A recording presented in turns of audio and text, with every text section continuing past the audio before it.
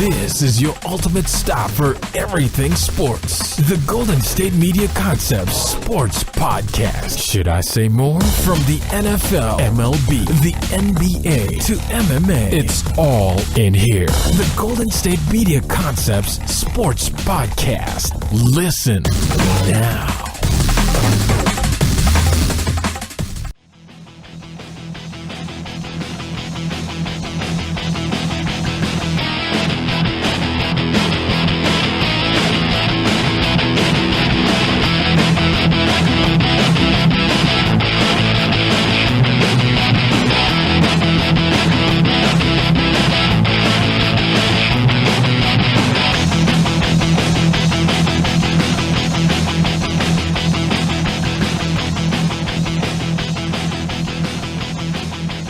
Hello and welcome to the GSMC Sports Podcast, brought to you by the GSMC Podcast Network.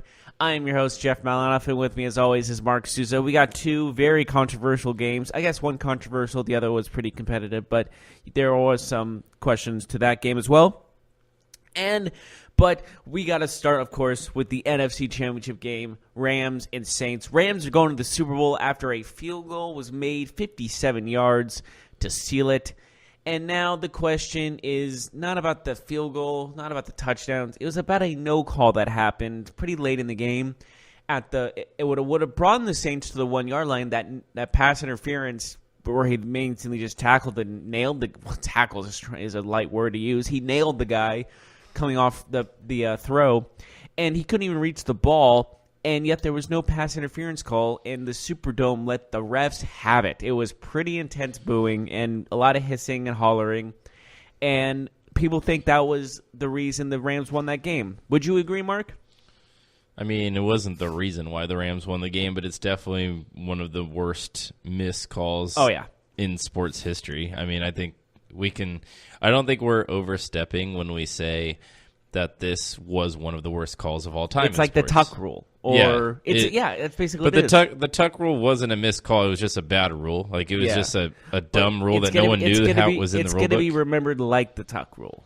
Right. That's what I'm implying. So this game will be remembered absolutely for that one play. Horrible missed call, because the thing is, not only was it pass interference, it was also helmet-to-helmet contact. They could have actually thrown a flag for two different fouls on the same play. So they would have been at the half a distance to the goal, half an inch. Either way, the ball would either been at the 6 yard line or about the 10 if they called a personal foul. But the Saints would have had the ball with 1:44 left, and the Rams could only stop the clock one more time, so they would have kneeled 3 times and then kicked a field goal. Whether or not Will Lutz makes it, we don't know.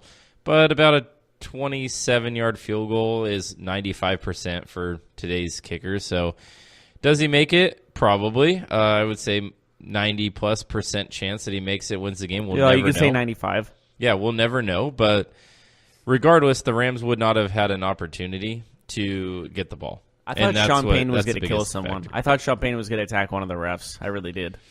He looked like he was going to choke one.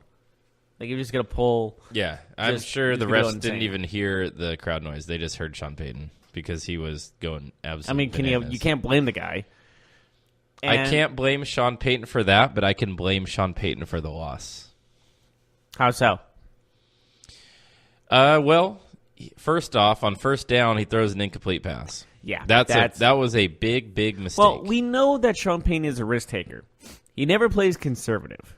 And even when he has the best running back, arguably the best running back in the league, in Alvin Kamara, he still doesn't run the ball as often as he should.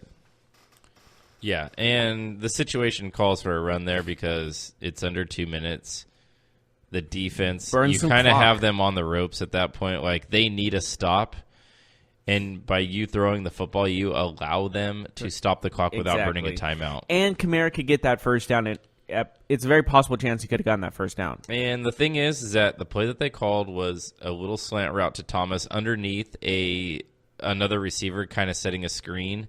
Sounds like a familiar. Like a pick play. So it was a very high percentage pass. Like, I get what they were doing. But again, you throwing the football, you allow yourself the opportunity to be scrutinized, and it didn't work out. Yeah. It didn't work out. And what happened was it changes 2nd and 10.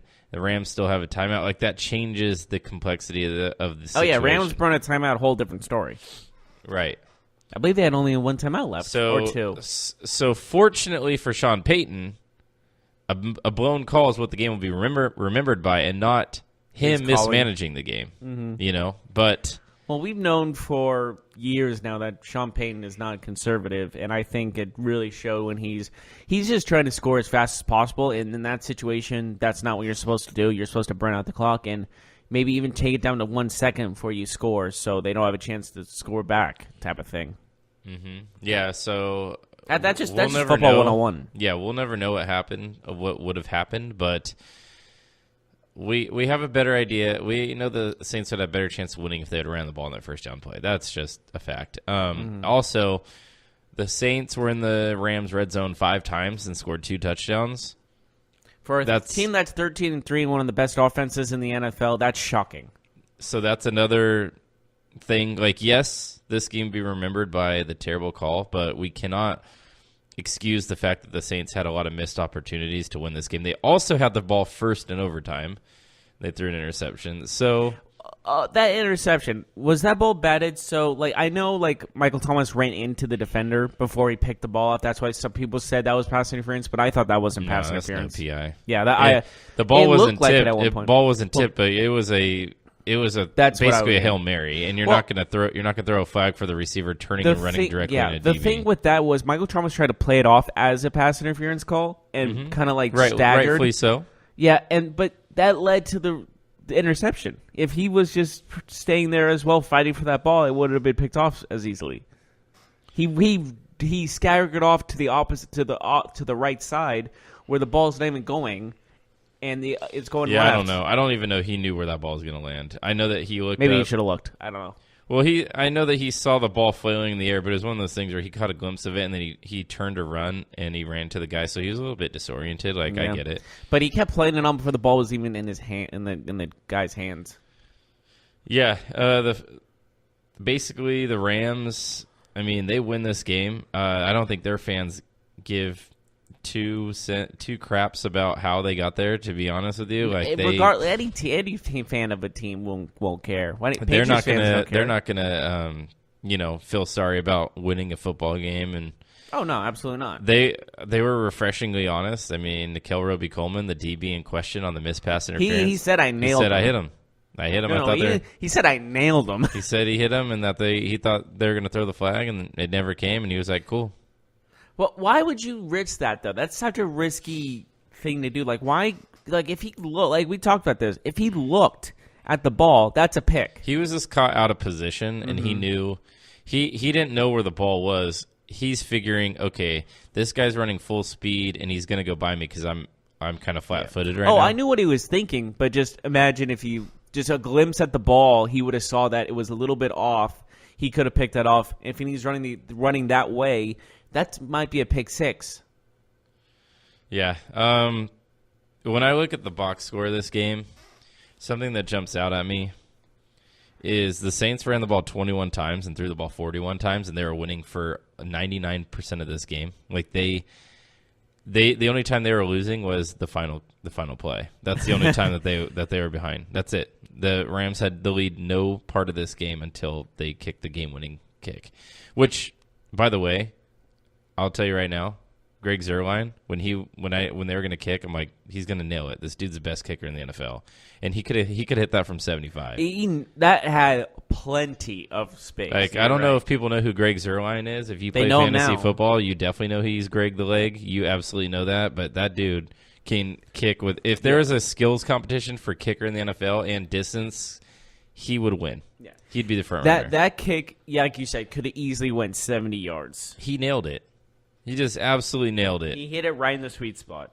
I will say, though, his kick to tie the game. That almost missed. That was scary close. It curved in. Mm-hmm. It knuckled a little bit. As soon as I kicked, I'm like, he's going to miss this. It looked like it was about to hit the goalpost, Parky, and then it barely missed. It's funny because for a tenth of a second, it looked, hey, maybe this kick will go wide. But then I was like, oh, that's fine. It wasn't that close at the end of the day. It just looked like it jerked a little bit to the right, and you're like, uh-oh. But this game looked all Saints throughout 3 quarters until the final quarter. I just don't understand how they didn't do a better job running the football. That's 2 games in a row now. The Rams' run defense that has been pretty bad this year stepped up. I know we talked about it last week. I mentioned, I think their run defense is actually really good, but they take a lot of plays off because they're trying to rush the passer. You want to hear a bad statistic? They ran the ball. Kamara and Ingram both ran the ball combined 17 times. Mm-hmm. They didn't 46 yards. Neither of them had more than 10 carries. That's a travesty, Sean Payton. I'm sorry, but you need to give them the ball a lot more than that. Kamara did have 11 catches, so he was the focal point. But Ingram was pretty solid. I understand 96 yards, 11 receptions is great, but he's a running back. You got to give him more carries in that matter. Mm-hmm. He's dangerous. He's arguably the best running back in the NFL. I honestly, I heard Sean McVay after the game say that Todd Gurley's healthy, and that's obviously not true. I mean, you can't give the guy 4 carries. Attempts, yeah. And because he dropped a pass that led to an interception in the first. Well, he did get a touchdown, but I mean, that's a consolation prize. I just don't. Gurley said after the game that he's not hurt. McVay said he's not hurt. BS. If he wasn't, he would got 25 carries. The dude is clearly hurt. He was arguably the MVP for the first 8 games of the season this year and one of the best players in the NFL, and you're telling me that the last 3 weeks or the last 2 weeks he's been healthy, but he's just been the second best running back behind C.J. Anderson? I don't believe you. Well, he has 2 weeks to heal. Yeah, absolutely.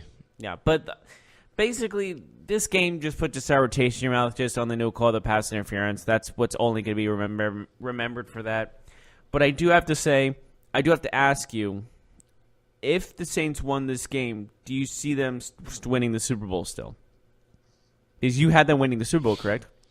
I had the Saints and the Patriots in the Super Bowl, but I never picked who would win. I don't think they would have won. Not against the Patriots. That would have been some game, Brady and Breeze. Yep, it would have. I think we're going to get a good game, though. All 4 teams that were playing yesterday, I don't think they were all was a top bad 4 matchup. offenses in the league. Yeah, and probably the top 2 defenses of the 4 remaining after the fact. I know the Saints had a more vaunted defense, but I don't know if they're better than the Rams' defense. It's pretty close. Donald and Sue is a very dangerous combination on the line. Yeah, Aaron Donald is maybe the best defensive player in the league, and that's safe to say. And the Rams also have other good players. Brockers, Sue. They even got Dante Fowler. Dante Fowler is the one player who hit Breeze to cause the interception in overtime. He's the one that applied the pressure. A former first-round pick. He goes to Jacksonville, kind of falls out of the rotation with them. Looks like he's a bust. The Rams trade a 4th or a 5th-round pick for him in right at the deadline. And then he ends up making a huge play for them yesterday. I don't know if we'll see that again out of him. And his thing is he hasn't been consistent in the NFL. He's been a bust to this point. But, man, he picked a hell of a time to step up and make a play. I'll tell you that. But you probably couldn't hear a lot what was going on just because of the Superdome booing their lungs out at the officials. When the overtime started and the referee was discussing the rules, you couldn't hear him. Right. And he had a microphone. That's how loud they were booing. Yeah. I'm surprised he got out of there. I mean, because a lot of people. At the end of the day, man, Saints fans can be pissed off at the refs, but I think they got to be pissed off at Sean Payton more than anything, to be honest with you, because I think that they totally blew this game more than the refs did. Sean Payton to them can make no wrong mistakes. They had a 13-point lead. lead. I get that. They never were behind in the game. They didn't run the football. They had the ball with 2 minutes left inside the 20-yard line of the Rams and couldn't manage the clock correctly. They got the ball first in overtime. I mean, they had every opportunity to win this game. They played at home. The Rams were lost the first half. I mean, the Saints could have put the game away early. They didn't. The Rams held strong defensively and forced 2 field goals early. Could have got out of hand. It didn't. And you let a young Rams quarterback, the young head coach, kind of outplay you, outcoach you at the end of the day. It was, yes, and McVay is going to the Super Bowl and Sean Payton's not. I guess that shows what you were talking about. Maybe this is why all the rest of the NFL is trying to get McVay's former assistants, Well, I know what you're talking Maybe about. everybody, this is why, right? Well, we got to get Sean McVay's friends. And maybe they're all just trying to get a piece of Sean McVay. It's like Bill Belichick, though. Like, is he going to be like Bill Belichick's assistants, where they can't get anything done without him? Probably. Or, We'll see. We'll see. Well, we're going to see about one or two different teams with this opportunity. Yeah, it looks like Zach Taylor is the new coach of the Bengals, and Not official yet, but probably going to be by the end of the season. And then LaFleur is the new coach of the Packers. Yeah, so we'll see. I'm really surprised the Packers didn't go with a veteran, but what are you going to do? But any final thoughts on the NFC Championship game? My final thoughts are Todd Gurley's obviously injured. Sean McVay's going to be devastating the NFL for the next 25 to 30 years. I'm not sure if Jared Is he going to Goff... slowly turn into Belichick, put on a hoodie, and just become all old and corroded? Maybe. I'm not sure if Jared Goff is there yet. I still don't know. It wasn't really a Goff win for me. It was more of a... Team win? Yeah, it was a very team win. And then for the Saints, I think for the Saints, the thing about Sean Payton and Drew Brees is they've been good for so long, but maybe neither gets the amount of respect that they think they should get, or that most people think they should get. But at the end of the day, they've won one Super Bowl, and it's hard to say that they deserve more of the limelight, because Brees missed some opportunities in that game too. It's not just Sean Payton. Brees' pass to Michael Thomas was pretty terrible on that first down play. He threw the ball in the dirt. He had some questionable multiple questionable passes, honestly. And my final thoughts on this is just the Rams were just meant to win this game. Some teams, it just seems some of the games go in one team's favor, and at the end of the day, it went to the Rams more than it did the Saints. And the Rams are the ones going to the Super Bowl for the first time since 2001. Ironically, they played the Patriots the last time, and Kurt Warner and Marshall Faulk and Isaac Bruce and Torrey Holt at the top of their game. So we're about to see a little rematch of from 18 years ago, which is fun to see. I think it's a little funny that this is I don't know if anybody's talked about this, but it's kind of like the Brandon Cooks revenge tour. He played for the Saints. He beats the Saints. He played for the Patriots. Now he has a chance to I forgot he paid for the Patriots. Yeah, so it could be like... That was like what, for a cup of How coffee? sweet would it be if the Rams win the Super Bowl and Brandon Cooks has a good game where and he gets MVP? And he beats both of those teams. He gets on the Super way. Bowl MVP. I think that would He had a be good fun. game yesterday, too. He had over 100 yards receiving. Yeah, he did. But that is... They're done for the first segment of the NFC Championship game. Next segment, we'll be talking about the AFC Championship game between the New England Patriots and the Kansas City Chiefs. And we'll get right on that when we return.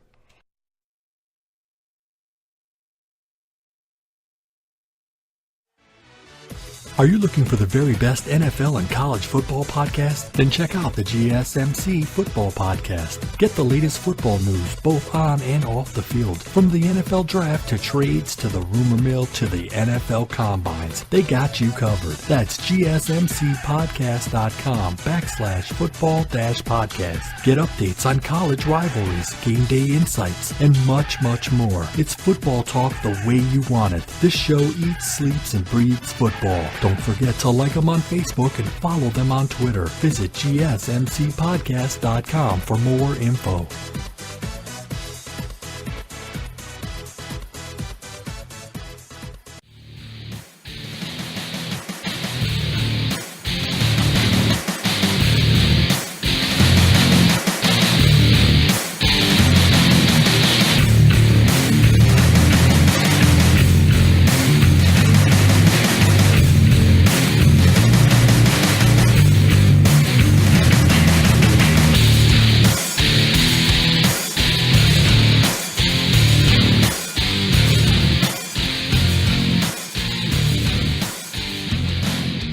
Welcome back, everyone, to the GSMC Sports Podcast. We just finished talking about the NFC title game. Now let's move on to the AFC title game between the New England Patriots and the Kansas City Chiefs. It looked like it was the Chiefs' day for a very small bit. There was an interception at the end of the game that looked like it was all in the Chiefs' grasp, and then there was an offsides call that put an end to that. And he was offsides with, what, 5 yards? Yeah, Dobbs. it wasn't close. Yeah, and that's very disappointing because that then led to the tying, or I guess the 3-point lead, or was it? It doesn't matter if he's offside or not. Everyone who hates the Patriots will just say that it was rigged. Yep. You know how this game goes. Have you seen the Instagram post already of it's the Rams Super Bowl and it's just the referees in Rams and Patriots jerseys? No, but I saw the picture of Todd Gurley and the referee swapping jerseys. Yeah, I like that one too. I thought that was good. I thought those were very entertaining. But the fact is, this game ended in overtime. But first time in history that 2 title games went to overtime in the same day. Mm-hmm. And this is only the second time the AFC Championship game went to overtime. The first one being after the drive between the Broncos and the Cleveland Browns in 1986, which the Broncos then won that game. And now we're moving on to what happened in this game. In final overtime in this one, 37-31, Patriots win. They're going to the 3rd consecutive Super Bowl. I posted this on my Instagram. I said, sky is blue, grass is green, and the Patriots go to the Super Bowl. I tried telling you, man. As soon as I joined the bandwagon of the Chiefs, they lose. Am I a curse? It wasn't the Chiefs. It wasn't the Chiefs. It was just the Patriots. It might be me. I might be a curse. It's just the Patriots, not the Chiefs. It's the Patriots. It wasn't you joining the bandwagon. It was you betting against Bill Belichick and Tom Brady in a big game. They've lost before, but they don't lose very often. I know. I get that. And it's nothing against them. I just like variety and not consistency in my NFL days. Mm-hmm. So I'm not. One of us was bound to go after the first game. One of us was bound to go 0 for 2 in our picks, and I was like, we both. No, I did. Yeah, because we both picked the Saints, and then you picked the Chiefs. I picked the Patriots. But after the Rams won, I was thinking, I was like, well, one of us is definitely 0 and 2 because only one of these teams could win. We both got the first game wrong. But yeah, what can you say? It's Tom Brady. You know, I just realized. Hold on, before we go to the AFC Championship game, real quick, I just realized the Saints had to go through the Minneapolis Miracle last year, and now they have to go through this. It's a pretty rough 2-year span in the playoffs. You know, it's funny. Yes, the Saints. I just forgot about that. What's funny though, you mentioned the word miracle. Had the Miami Miracle not happened, the Patriots would have hosted yesterday. You know that? If Miami doesn't win that epic game on the last play with Gronkowski, the Miami flailing, Miracle, trying is that what they call it? Yeah, the Miami Miracle with Gronk flailing, trying to stop Kenyon Drake, they would have actually hosted the AFC Championship game. So, what do we see last night? We saw the Patriots go into Arrowhead, take a lead early. What was it, 14-0 at halftime? Yes, it was. The Chiefs scored 31 points in the second half and lost, which is crazy to me. But again, it's who they played. Yeah, it's Brady, it's Belichick, and it took the Chiefs a whole half to figure out that Patriots defense. Mm-hmm. And ultimately, that's too long. Yeah. It's one of those things in where there was a lot of people saying the Patriots wouldn't even get close to the Super Bowl. The Patriots flustered Mahomes. He didn't have any time to throw in the first half. Oh no! Second half, they opened it up. He played a lot better, but that first half, what did he have, like 30 yards passing at halftime? It was like, wow. Oh, it was something very minuscule compared to his stats. Like Tyreek Hill had like one catch for a big gain, and that was really it in the first half. And then that first touchdown to Kelsey really turned the tide. It was like, okay, we got a ball game maybe. What's up with Mahomes and his no-look passes? I think is that really something you should be doing? Like, no, you shouldn't. Every game, you really like. Is there a reason to do that? Is that his signature now? Is it just like he's going to try to do that every single game? I don't really understand why you do it on a slant. Either way, because like a slant's a quick hitter. It's not like you really need to look anyone off. Yeah, that's a good point. It was a slant route. Like, I understand the first time he did it because it was a scramble and he was just looking to make a play and he found someone and tried to make it no look, like he tried to take advantage of the opportunity. This one, it seemed like it was planned out. This one seemed like they were thinking, okay, let's try this no look pass again. Yeah, so let's see. Patriots They give up 24 points in the fourth quarter. That was the most points ever in a quarter in the playoffs. 38, that fourth quarter yesterday. 38 total points. It's funny because the over-under of this game was 57. It looked like it was going way under. Yeah, at halftime it was 14-0. Yeah. And it took Who would have thought it would have ended 37-31? It took an epic fourth quarter to hit the over. Unbelievable. Ends up being 68 total points, which is a lot. Yeah. So, what do you think? What is your takeaway from this game if you're the Chiefs? Devastated, obviously, but there's still time to get back there. You know, they kept saying before the game, like a lot of the pregame coverage was, oh, the Chiefs finally broke the curse.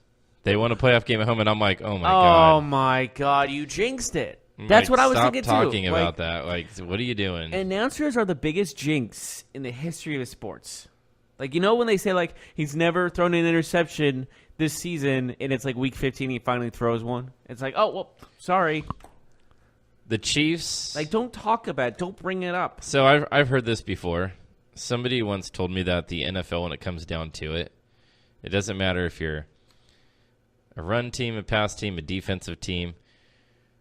But somebody once told me that the NFL is just one big game of third down conversions. Like, whoever converts the third downs is probably going to win. Like, and that's a pretty good indicator. I see what you're saying. So you saying that... Okay, like so when it comes down to it, the box score, if you look at it, it'll be third down. And who got the more third down conversions? Obviously, the I don't know Patriots. who did. I actually haven't the more checked. crucial third down conversions. Yes. The Patriots. The Patriots were 13 of 19, and the Chiefs were 4 of 9. So the Chiefs weren't terrible, but the Patriots were just really efficient. In that overtime drive, they had 4 third down conversions completed? 3 that I know of. And they were all third and long. They were third and 10, third and 9, third and 7. Yeah, and you couldn't stop them. And Gronk got 2 of those. The Patriots had 500 yards of total offense. The Chiefs had 290. That is pretty interesting. We all said that the biggest flaw in the Chiefs was their defense, and to be honest, that's what killed them this game. Is their poor defensive play. When it came to third down, they couldn't get the job done. Patriots were able to run the ball really well. Sony Michel had another amazing game.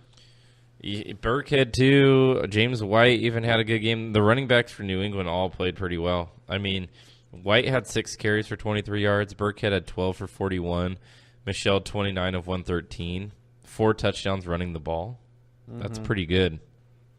Yeah, there was a lot of good things, but again, it's one of those things, and it's who's better coached, and it's safe to say that Belichick is better than Andy Reid. I feel bad for Andy Reid. Many times he's been to this game. I don't think it was Andy Reid yesterday. I mean, again, no.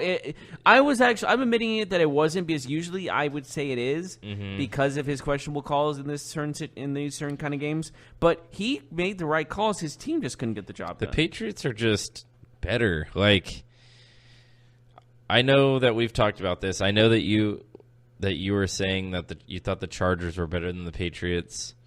I've heard people say the Chiefs are better than. I don't like. Why do people think the Patriots aren't as good as these teams?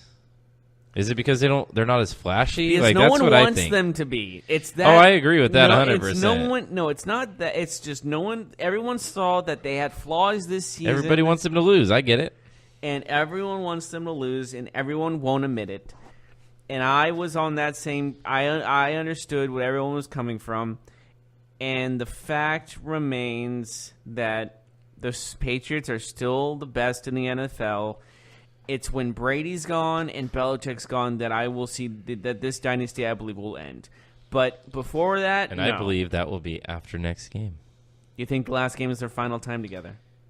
Yes, absolutely. Win or lose, or win or lose. I say win. I say yes. I say lose. I say they stay another year. Win, it's easier. Lose, it's harder. But I still think it will be. I'm gonna say win, stay, win, leave, leave, or lose, leave. I only say this because even though the Patriots are still maybe the best team in the NFL, that ship is definitely sinking.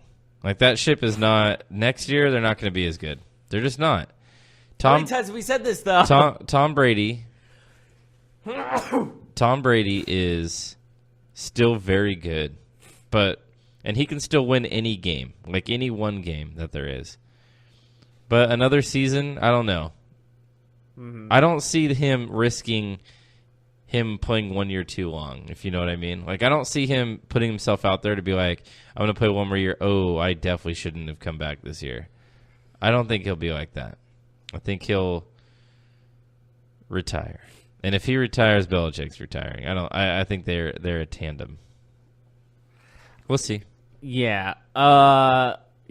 This is, but I feel like if they do return next season, which I think they might, I think it's still a good chance this is going to happen. They will be back. Maybe not in the Super Bowl, but again, AFC title game. That's just how I see things. Maybe. I now am going to say I refuse to believe they are bad with Tom Brady and Bill Belichick. I know that's an obvious statement, but it's one of those things where I'm saying, like, once they're gone, the dynasty will end. Not before. I'm pretty I am pretty certain that no, I know for sure. I'm not pretty certain. Their whole "we're the underdog" thing was eye-rolling to me. Like, yeah, we who cares? both talked about that, how eye-rolling it was. But I do agree with kind of the sentiment, and that is that people don't think the Pats are still great.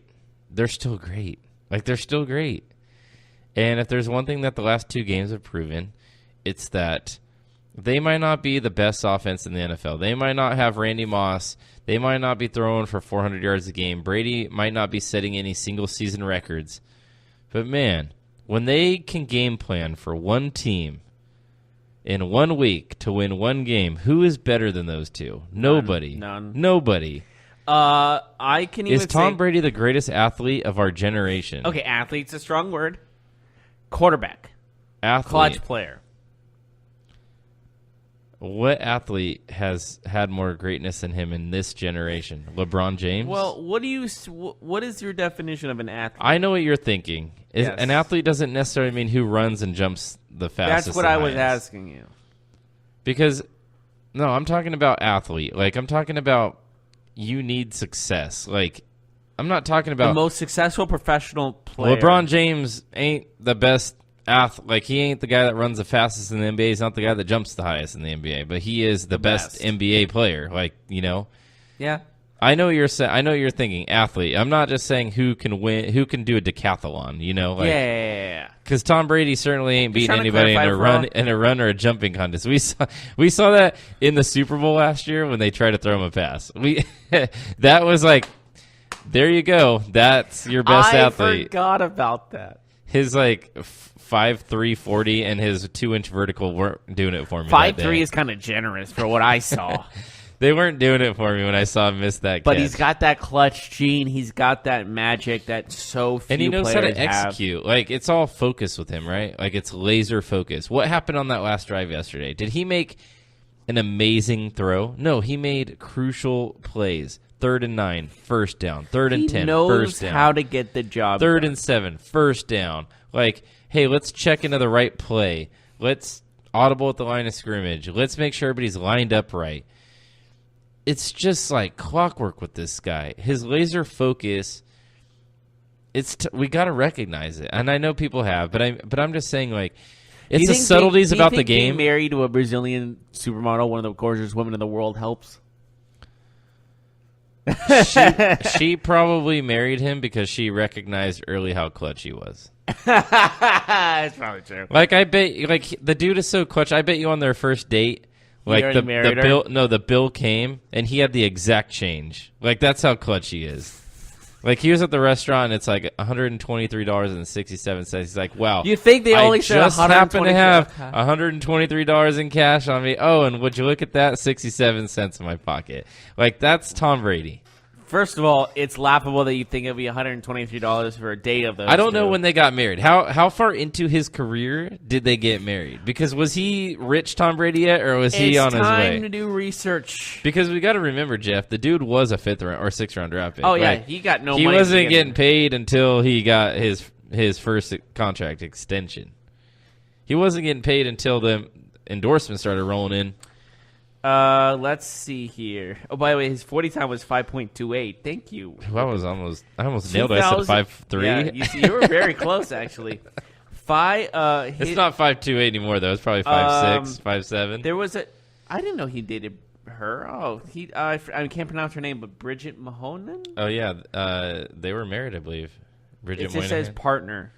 I think they had a child. I had no idea. Jesus criminy. Yeah, Bridget Moynihan. I had no idea he did that with her, too. But they got married in 2009. So he was already making millions by that point. Yes. So, obviously, I'm assuming their dinner was more than $123. So he married Giselle in 2009. Yeah. Okay. He was with Bridget in 2004 to 2006. And he won his first Super Bowl in 2001? Yeah. In 3 years, he dated a very popular and gorgeous actress and then a Brazilian supermodel. Can't get much better than that, can he? Nice. Jeez. And we all doubted him.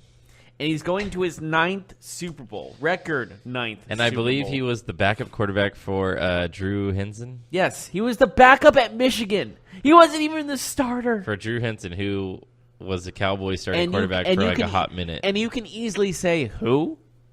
Who's Drew Henson? Drew Henson is the first athlete that I remember being a top baseball and football prospect out of high school. And by the way, you're right about Bridget having his child. Yeah, they had a kid, and then he married Giselle. I hope he still sees that kid. But anyways. Well, you never know. That's a rabbit hole. I don't know. We don't have to go there, right? Yeah, of course not. We should probably take a break, though. Yes. Talk a little. We will envy Tom Brady's life later anyways. We'll talk about what is the future for the Saints and the Chiefs. We'll do the that when we losers return. of the championship games and what their outcome might be. We'll be right back right after this.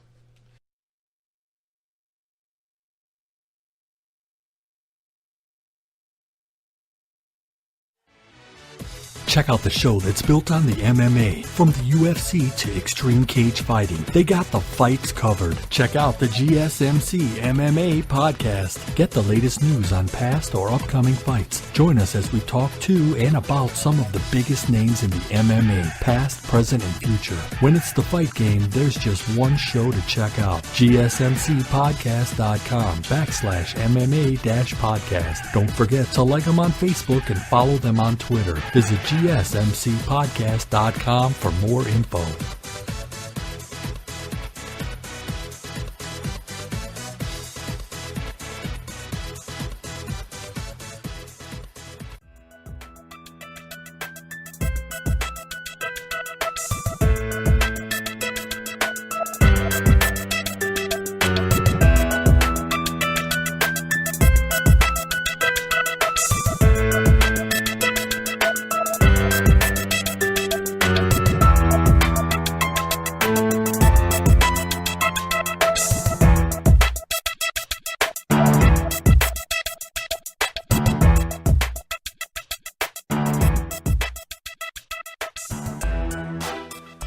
Welcome back to the GSMC Sports Podcast. We just finished on with the NFC and AFC Championship games. Now we're moving on to the participant trophy winners of those championship games, the Saints and the Chiefs. Let's start with the Saints. Let's do it. Do you see them? Let's just go straight to the point. Do you see them returning to the NFC Championship and maybe even a Super Bowl appearance next season? No, absolutely not. Absolutely not. You're 100% certain on this. I just don't see it happening. I'm not saying they can't. They're incredibly talented. They still have one of the best quarterbacks of this generation. They have one of the best coaches in the NFL. But I'll tell you why, Jeff. It's not about talent. It's about mentality. That's now 2 years in a row that the Saints were Super Bowl contenders where they lost in a really brutal way. The brutal loss against Minnesota last year, and then yesterday's brutal loss at home. Yesterday's was even worse. But still, they lose on those two games. It's really hard to do it a third time. It's kind of like the Super Bowl hangover. And I just feel like also another thing that we have to take into account, there's a lot of luck involved in this game. Every team in the NFL is actually good. As much as we make fun of a lot of these teams, every team in the NFL is one or two players away from being good. They all have 5 or 6 studs. And for the Saints, that division's usually pretty tough.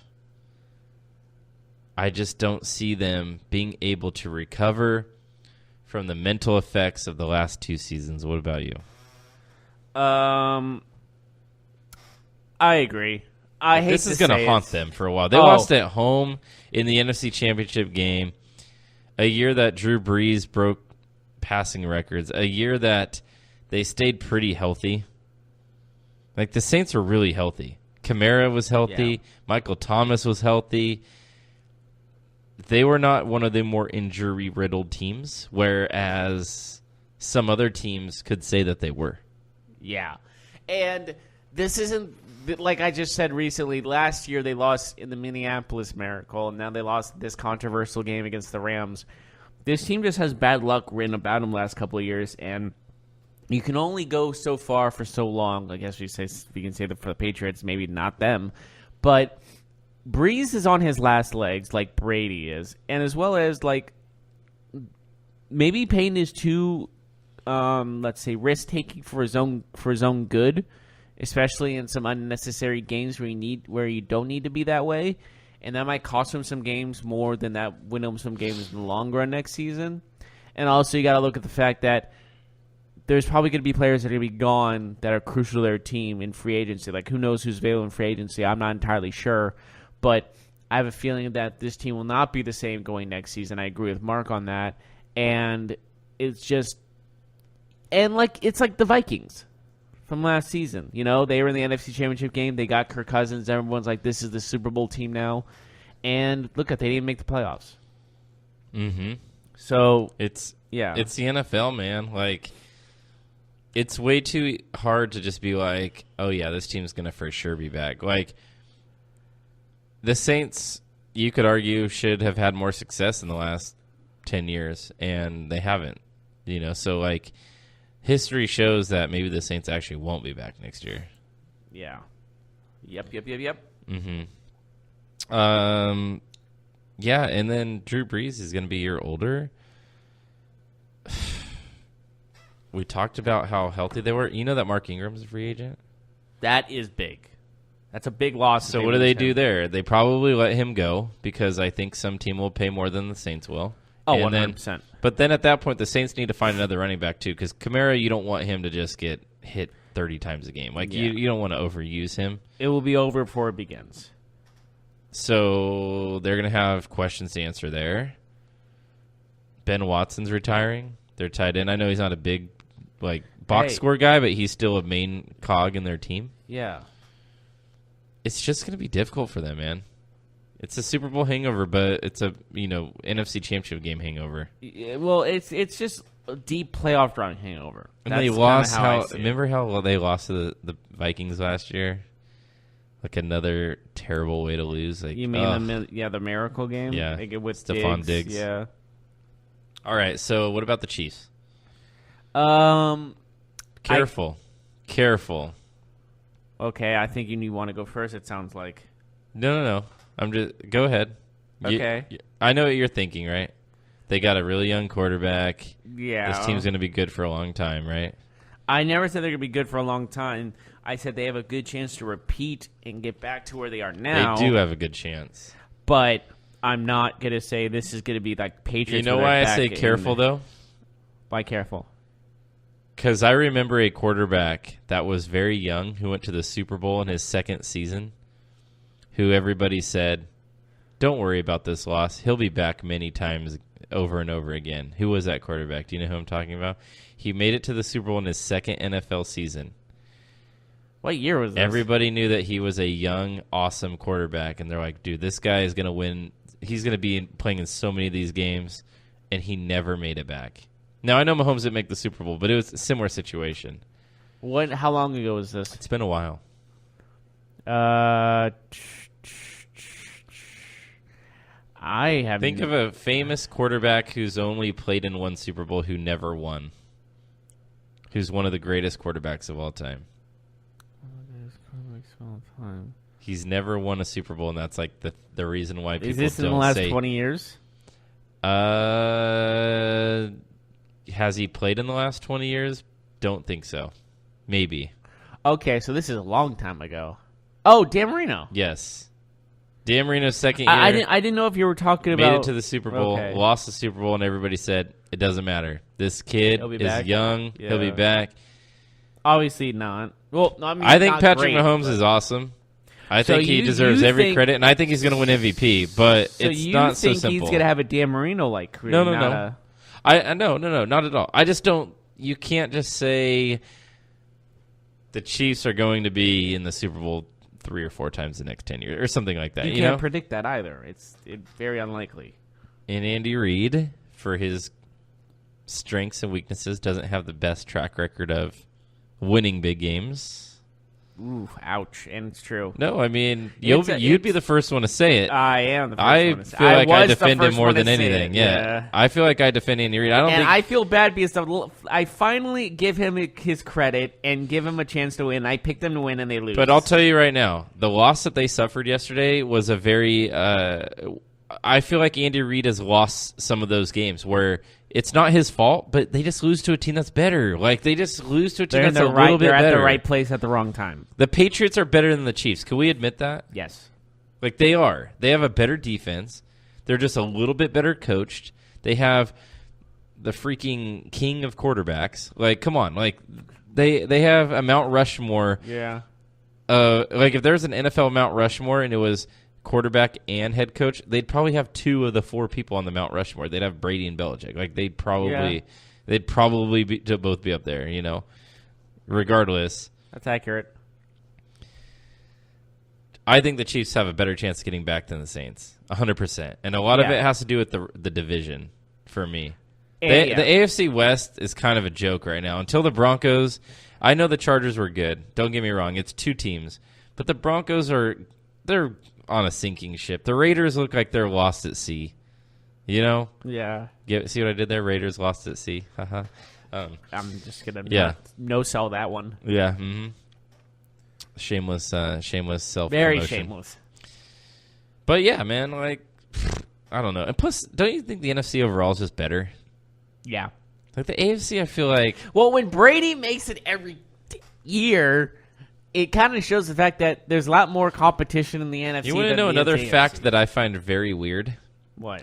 Which division in the NFC has had more teams go to the Super Bowl since realignment?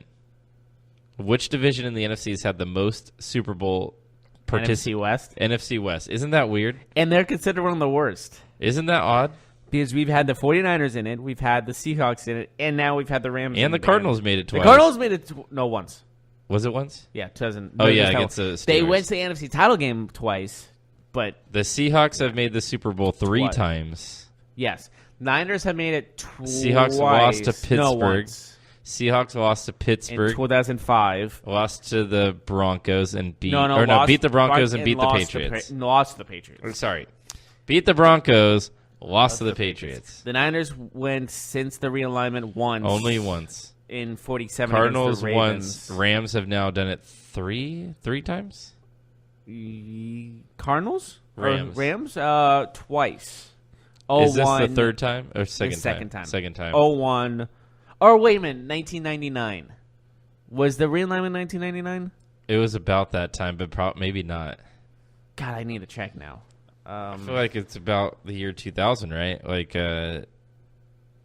that's a good question. I'll look that up as the moment. 2002. So, no, it didn't count. So, their first Super Bowl didn't even count because they made it in 01. Mm-hmm. So, once. But the Seahawks 3 times, the Niners once. Each team from the NFC West has made it to the Super Bowl since the realignment. And they've won a combined 1 time. Yeah, so, I think Chiefs make it back. Anyways, we should go to a break. Okay. When we come back, we'll talk UFC. Big UFC event, the first UFC event on ESPN Plus. We'll talk about that. And actually, there's an NFL player on that. A former NFL player. And we'll talk about injury news in the NBA. Yes. Right back right after this. Hold on tight.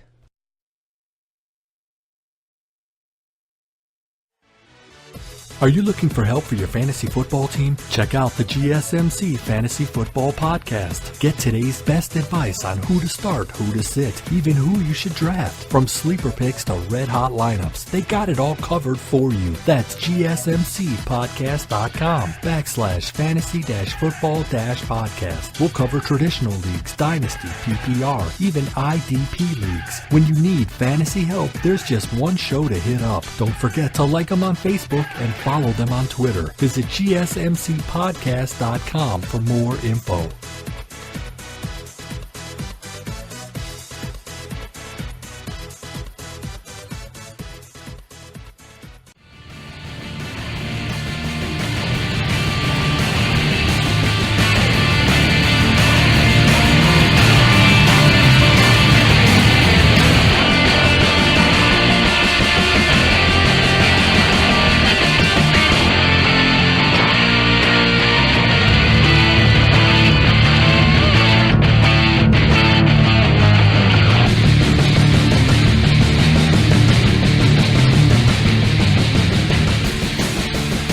Welcome to the final segment of the GSMC Sports Podcast. We've talked about all NFC and AFC Championship games in the aftermath of each losing team and winning team.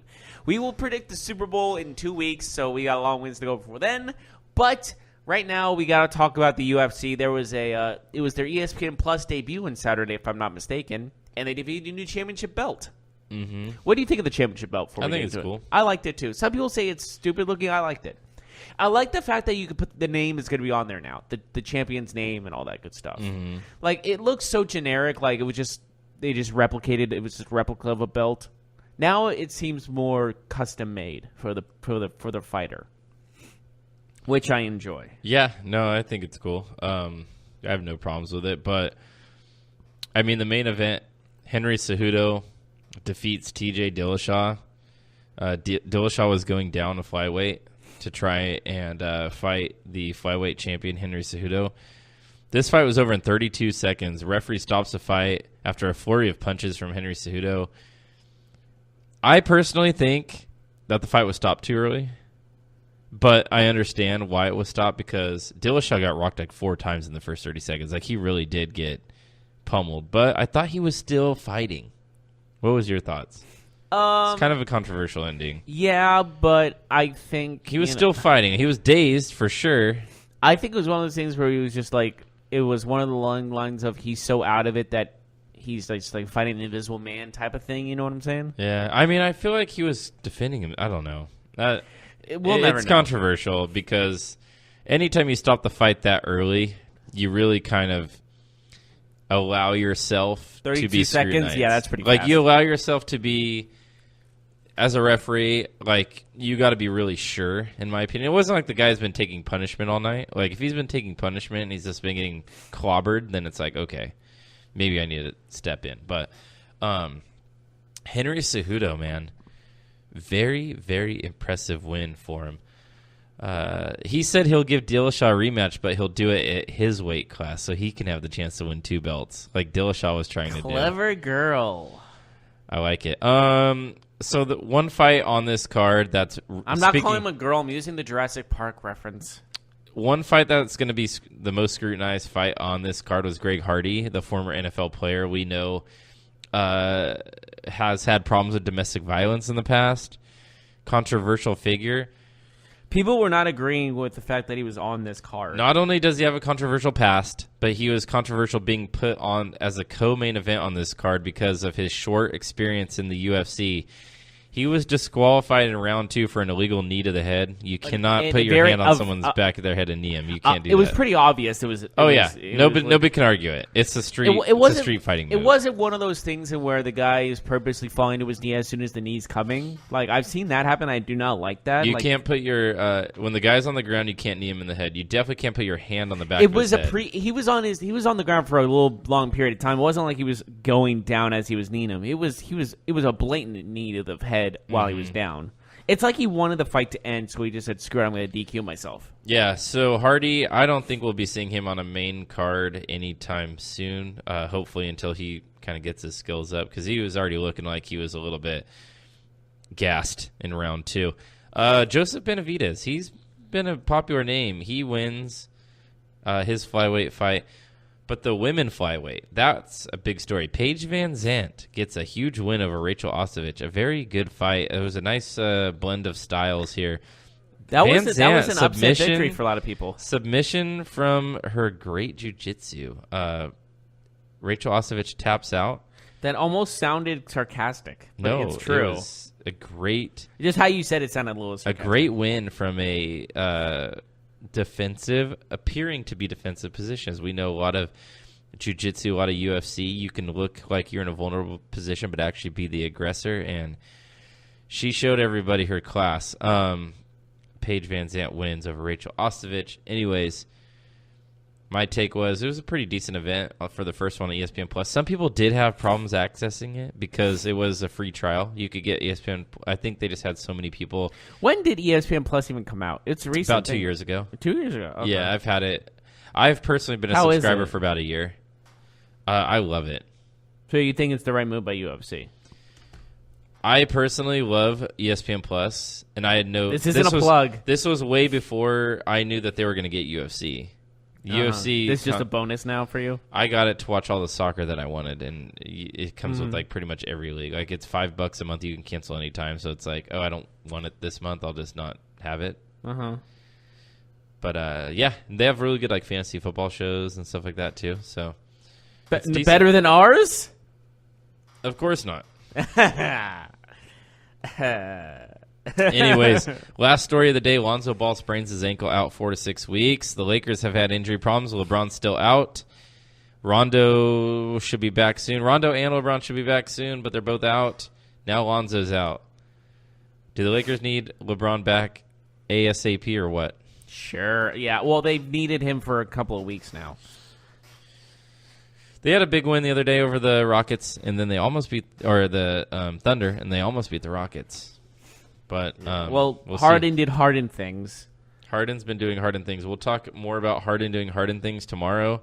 Join us, and we can discuss all the latest and greatest in sports. We'll get back to the NBA a little bit more and everything else. We'll see you guys tomorrow.